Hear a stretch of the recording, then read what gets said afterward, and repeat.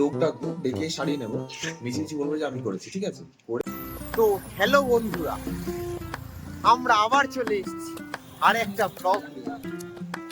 আজকের ব্লগে আমরা শিখবো কি করে বাজার করতে হয়। তাও কটা বাজে? আড়াইটের সময় করে বাজার করতে হয় শেখাবো।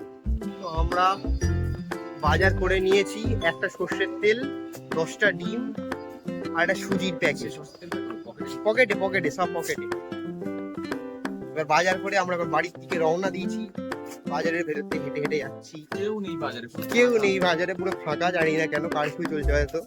কিন্তু তুই দেখো, এজ আ সিনিয়র ব্লগার আমি আপনাকে বলছি, তোমরা এই সময় যেটা দেখছো সেটা হচ্ছে সিনিয়র দেখছো, সূর্য এখন পিছন দিচ্ছে।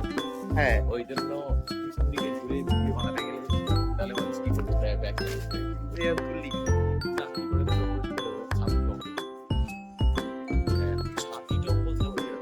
এটা তুই এরকম করে দিয়েছিস ওদিকে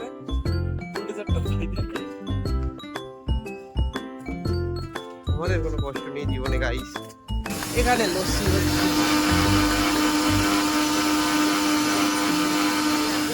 চকলেট লস্যি খাবো, খেয়ে বলবো।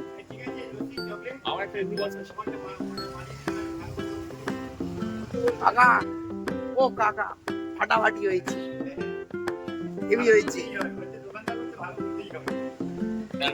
এরকম কোনো ব্যাপার নয়, ভালো লেগেছে।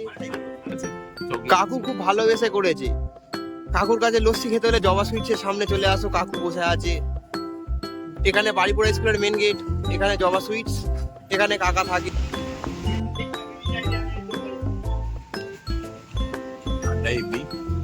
লস্যি পুরো হিল করে, আর কাকা দোকানের লস্যি চিল করে। এটাও দারুণ ফাটাফাটি। আমি তো চকলেটটা একটু টেস্ট করিনি, ফ্লেভার ওয়াইজ এমনিও আমার চকলেট ভালো লাগে না, সেটা যে কোনো কিছুর ক্ষেত্রে। তো সাদা ব্যাপারটা বেশি ভালো লাগে। প্লেট মশলা, সল্ট, কাঁচা আম, কাঁচা তেঁতুল, পাকা আম, জলপাই, পুদিনা, স্ট্রবেরি, চকলেট। সেটা করলেও হতো, কিন্তু আমি মুখে বললাম ভালো লাগে। পুরোটা দিয়ে দিল, তাহলে প্রাইসটা জানতে হবে।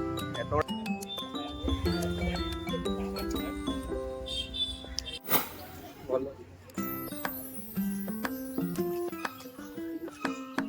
সত্যি কথা বল, আরেও ভালো ছিল লস্যিটা। সত্যি বলতে মানে 30 টাকার মতো নয়। আমিও ভাই আজকের এই মুহূর্তের সব থেকে বড় খবর, চায়ের কাপে চুমুক দিতে দিতেই কথা জমু। আর এই দেখো, এইখানে দেখতে পাচ্ছ তোমরা এসির যে প্লাগটা রয়েছে, আমি একটু দেখাতে বলবো সাত্তকীর এখানে দিগু আছে। তো দিগু একটু জুম করে দেখাবে। এইখানে দেখো, এইখানে ভয়ঙ্কর পরিস্থিতি তৈরি হয়েছে, এবং এই পরিস্থিতি মোকাবিলা করার জন্য আমরা, অর্থাৎ এই দেশের কারা জানি না বাংলা করি, তারা কিন্তু চা খেতে খেতে এসি সুইচ ঠিক করবে, কারণ অতটাও পয়সা নেই। অন করার সাথে সাথেই হেঁটে পড়ে যাও ভাই, তাড়াতাড়ি 4টে ভিউজের জন্য গল্প শেষ হয়ে যাবে আমার জীবনে ভাই। নামা সরে যা বন্ধ করে।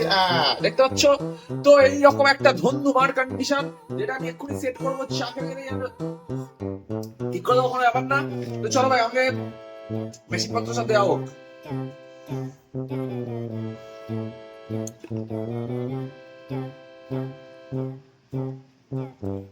হ্যাঁ, এবার কি করবো বলতো, একটা লোক ডাকবো, ডেকে সারিয়ে নেবো, মিছিমিছি বলবো যে আমি করেছি, ঠিক আছে?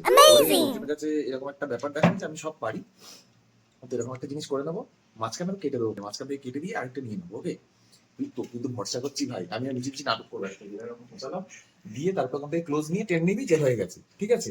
তারপরে আমি আওয়াজটা শুরু করবো। না ভাই, এই মুহূর্তের সব থেকে বড় হাইলাইট যেটা হচ্ছে, সেটা হচ্ছে নিচের অবস্থা দেখো কি হচ্ছে। এখানে প্রবল ঘূর্ণাবর্তে দেখতে পাচ্ছ আমাদের বাংলা ভেসে যাচ্ছে, আর এই বাংলার মঞ্চে কালো কুত্তা ডোডো সমানে নিজের লেজের পিছনে ডোডো। আর দেখতেই পাচ্ছ, তার মধ্যে প্রতিকূল পরিবেশ থেকে তোমাদের একমাত্র অ্যাঙ্কার, একমাত্র হোস্ট। হাই দোস্ত,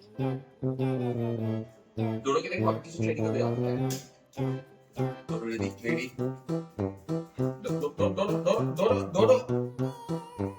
এই বাঙালি কুত্তা তো নিজের পিছনে লাগিয়ে সাদা ব্যাপারটা বেশি ভালো লাগে।